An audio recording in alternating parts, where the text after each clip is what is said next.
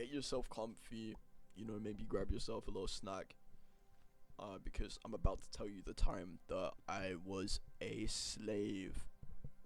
Yes, you heard that right, and it's probably why you clicked on this video. But I was a slave for almost 3 months of my life. I was working for 3 months with no money, and I got revenge. I actually got back on him pretty hard, and I don't regret doing that at all. So when I was about 18, almost 19, I would hitchhike all over the place because the buses in my village just were the worst things ever. They were so slow. It was like trying to navigate a cruise ship in a fucking bathtub. And just the stench that it was on this bus was unimaginably painful to endure for like 2 hours. Like, yeah, I could sit there for maybe 15 minutes, but any more, I'm gonna have to throw up.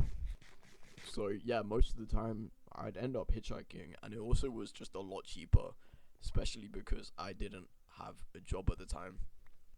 I will be making a bunch more videos on the hitchhiking saga. So yeah, subscribe and stay tuned for that if you want. And yeah, I'm gonna get around to doing that. But this is one of them. So I wake up one eventful day, and I get a hitchhike to the skate park to see my friends. And on the way, I meet this man who picked me up for this ride. And yeah, he asked me how I was doing. He was a Middle Eastern guy, just seemed pretty chill. So I was like, yeah, I'm not doing too good. I'm kind of unemployed, and I'm out of money. And he was like, I remember his accent. It was kind of, I don't know, it was like Middle Eastern, but it also sounded French for some reason. He was like, oui, yes, I have a job for you, and it's a really good job, and you'll get paid very well. Complete fucking bullshit. I later found out, but I'm gonna get into it. And yeah, I took it up, and I went in more or less for like some training or like an induction, I guess.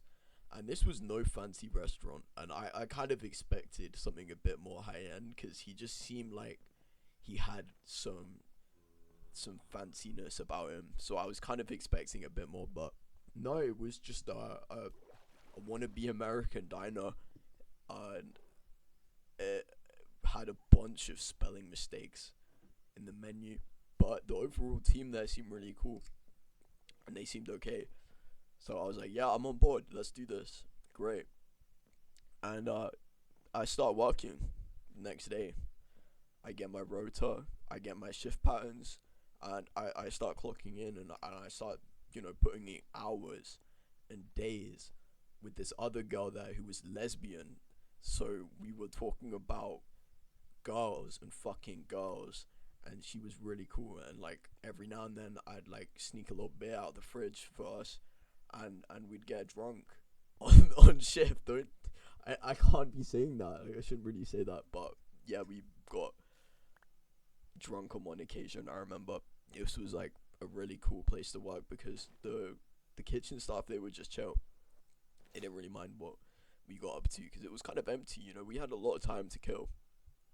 And yeah, I kept working here for 2 months, I think. Around about 2 months, maybe a half. And I was still waiting on the first month's pay. I was like, where is it? Like, I didn't get it first month. I'm giving you some leeway. Like, I'm gonna let you, I'm gonna let you do this. It's okay. You can have some wiggle room. It's cool. But then 2 months comes by, and I'm like, dude, come on, I need my money. Like, my parents are asking for rent. I can't just, I can't just let you walk over me like this. So he says, hey, I'll get it to you tomorrow. And then next day comes, no money, and I'm just frustrated. I'm livid at this point. And I'm still working. I'm still working. I'm still putting in hours for some fucking reason. I don't understand what kept me going. I mean, the people there were pretty cool. You know, I'd bike there every single day.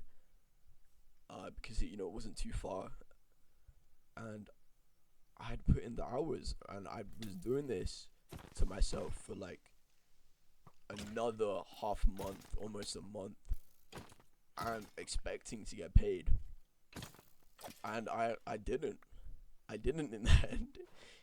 He just kept on saying that he wouldn't pay me. So one day I got fed up, and I know there was a bunch of other people complaining about their pay, and yeah, I just fucking I took the money from the till and I left. And I didn't get all of my pay.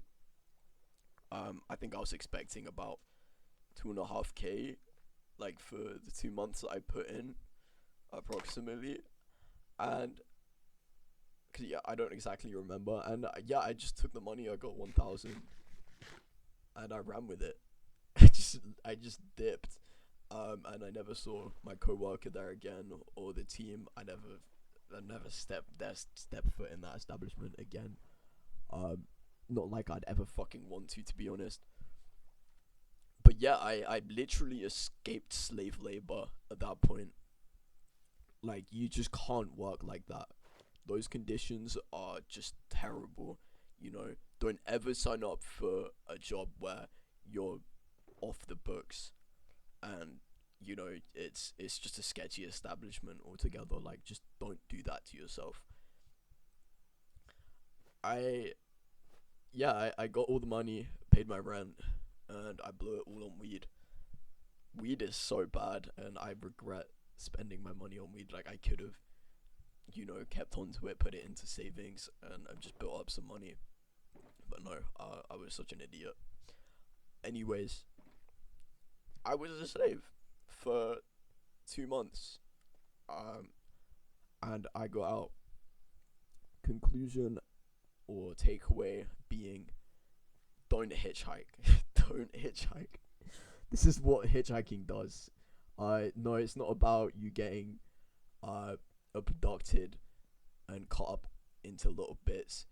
It might just be that you end up getting a dead end job that doesn't pay you for 2 months, essentially putting you into slave labor. Yeah, if you'd like this video, give me a like. I really appreciate that.